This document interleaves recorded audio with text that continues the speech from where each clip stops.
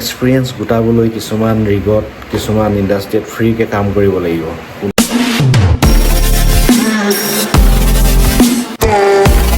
Hello' guys, good morning. আৰু ৰাতিপুৱা সময়ত ভিডিঅ'খিনি বনাবলৈ সময় পাওঁ, সেইকাৰণে সময় পাইছোঁ। আৰু চৰি মৰ্ণিং নহয় দেই, এতিয়া ইভিনিঙে হ'লগৈ। ইভিনিঙত ভিডিঅ'টো বনাবলৈ আৰম্ভ কৰিছোঁ।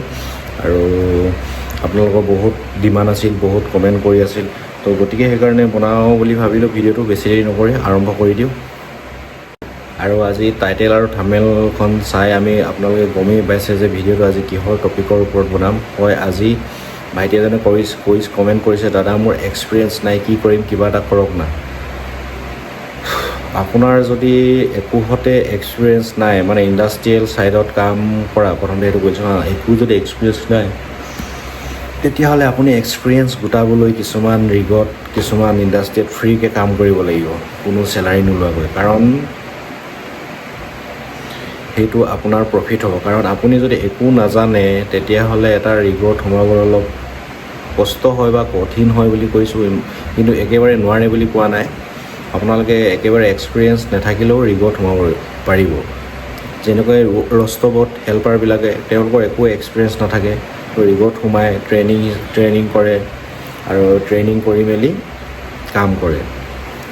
আৰু যদিহে ট্ৰেইনিং নকৰে ডাইৰেক্ট আপুনি ৰষ্টবত সোমায়, তেতিয়াহ'লে আপোনাক ছিনিয়ৰবিলাকে গাইড কৰে। যেনেকৈ আমি নতুনকৈ ৰষ্টবত সোমালে তেওঁলোকক গাইড কৰোঁ, আৰু তেওঁলোকক মানে ছিনিয়ৰ এজন নোহোৱাকৈ কাম কৰিব নিদিয়ে। তো তেনেকুৱা ধৰণৰ আপুনি যদি এক্সপিৰিয়েঞ্চ নাই, তেতিয়াও আপুনি এটা ৰিগত জইন কৰিব পাৰিব, কোনো ধৰণৰ প্ৰব্লেম নহয়, কোনো ধৰণৰ ভয় খাবলগীয়া কথা নাই।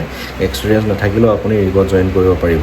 কাৰণ আমাৰ অইল ফিল্ডত দেখিছোঁ মই নিজ চকুৰে যে যিসকলৰ এক্সপিৰিয়েঞ্চ নাথাকে তেওঁলোকেও এটা ৰিগত জইন কৰে এজ এ ৰষ্টবত হিচাপে। যদি আপোনালোকৰ বেলেগ ধৰণৰ ট্ৰেড থাকে, ITI হওক, মেকানিক হওক, তো তেনেকুৱাবিলাক যদি ট্ৰেড থাকে, তেতিয়াহ'লে আপুনি সেই মেকানিক বা ইলেক্ট্ৰিচিয়ানৰ as a helper, as a trainer সোমাব পাৰে। তাত কোনো ধৰণৰ প্ৰব্লেম নহয়, আপুনি সোমাব পাৰিব। আৰু এক্সপিৰিয়েঞ্চ নাথাকিলে কিন্তু আপোনাৰ ৰেফাৰেঞ্চৰ দৰকাৰ হয়। চিনাকি থাকিলে মানে সুবিধাখিনি হয়, কিন্তু চিনাকি নহ'লে অলপ প্ৰব্লেম হৈ যায়। ৰেফাৰেঞ্চ চিনাকি নাথাকিলে মানে প্ৰব্লেম হৈ যায়। যদি চিনাকি থাকে, তেতিয়াহ'লে আপোনাৰ বহুতখিনি সুবিধা হয়, সোমাবলৈ পাৰে। তো সেইটো কথা। আৰু আমাৰ প্ৰাইভেট ড্ৰিলিং ৰিগবিলাকৰ এইটোৱে প্ৰব্লেম হয় যে তাত অনলাইনৰ ব্যৱস্থাটো নাই, অনলাইন এপ্লাই কৰাৰ ব্যৱস্থাটো নাই। চব অফলাইন, আপুনি গৈ মেলি তাত এপ্লাই কৰিব পাৰিব। সেইটোৱে কথাটো বুজি পাইছে। আৰু এক্সপিৰিয়েঞ্চ নাথাকিলেও মই আপোনালোকক খোলাখুলিকৈ কৈ দিছোঁ, তাত আপুনি জইন কৰিব পাৰিব, কাম কৰিব পাৰিব, কোনো প্ৰব্লেম নাই। কিন্তু আপোনাৰ ৰেফাৰেঞ্চ হ'লে অতি সোনকালে কামটো হৈ যায়, বুজি পাইছে। এতিয়া নেক্সট কমেণ্টটোলৈ আগবাঢ়োঁ। আৰু নেক্সট কমেণ্টটোলৈ আগবাঢ়িছোঁ। নেক্সট কমেণ্টটো বহুত ইণ্টাৰেষ্টিং বুলি এইকাৰণে কৈছোঁ, আপোনালোকক তলত দিছোঁ, পঢ়ি লওকচোন। দাদা মই হাই ছেকেণ্ডেৰী পাছ কৰি থৈছোঁ, মেকানিকেল ডিজেল মেকানিকৰ চাৰ্টিফিকেট মানে তাতো ITI পাছ কৰি থৈছোঁ, কিন্তু সোমাব পৰা নাই আৰু কোনো ধৰণৰ এক্সপিৰিয়েঞ্চো নাই। তো ভাইটিজনক কি ক'ম, তুমি এপ্লাই কৰিছা নাই আৰু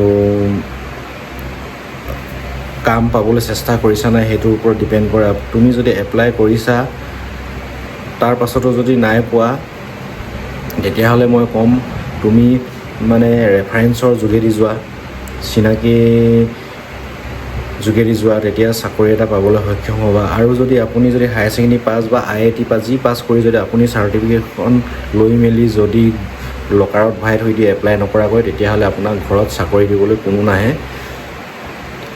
আগৰ দিনত মাতি নিছিলে, কিন্তু আজিৰ দিনত ইমানেই এডুকেটেড ল'ৰা, ইমানেই শিক্ষিত ল'ৰা ছোৱালীৰ সংখ্যা বেছি হৈ গৈছে। আপুনি নিজে গৈ এপ্লাই কৰিব লাগিব, লাগিলে ভৰিত পৰি দিব লাগিব, মোক চাকৰিটো দিয়ক বুলি। আজিকালি এনেকুৱা ধৰণৰ ছিষ্টেম হৈ গৈছে। আপোনাৰ আজিকালি টেলেণ্ট থাকিলেও কিছুমান টেলেণ্ট থাকিলেও নেপায় বুলি কোৱা নাই, কিছুমান টেলেণ্ট থাকিলেও মানে পাবলৈ বহুতখিনি অসুবিধা হৈ যায়। তো সেইকাৰণে আপোনাৰ যদি হায়াৰ ছেকেণ্ডেৰী পাছ মানে ইমানখিনি চাৰ্টিফিকেট আছে, তেতিয়াহ'লে আপুনি এপ্লাই কৰক।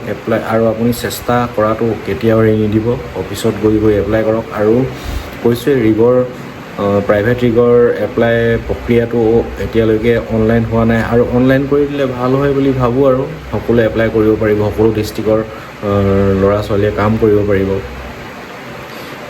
আপুনি যদি সেইবিলাক চাৰ্টিফিকেট আছে, তেতিয়াহ'লে এপ্লাই কৰক, এনেই পেলাই নথ'ব। আৰু যদি এটা টাইমলৈ যদি আপুনি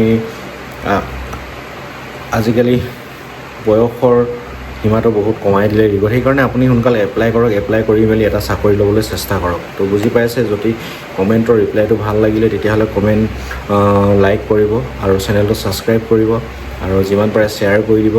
সেইটোৱে কথা। লগ পাম অন্য এটা ভিডিঅ'ত। জয় অসম।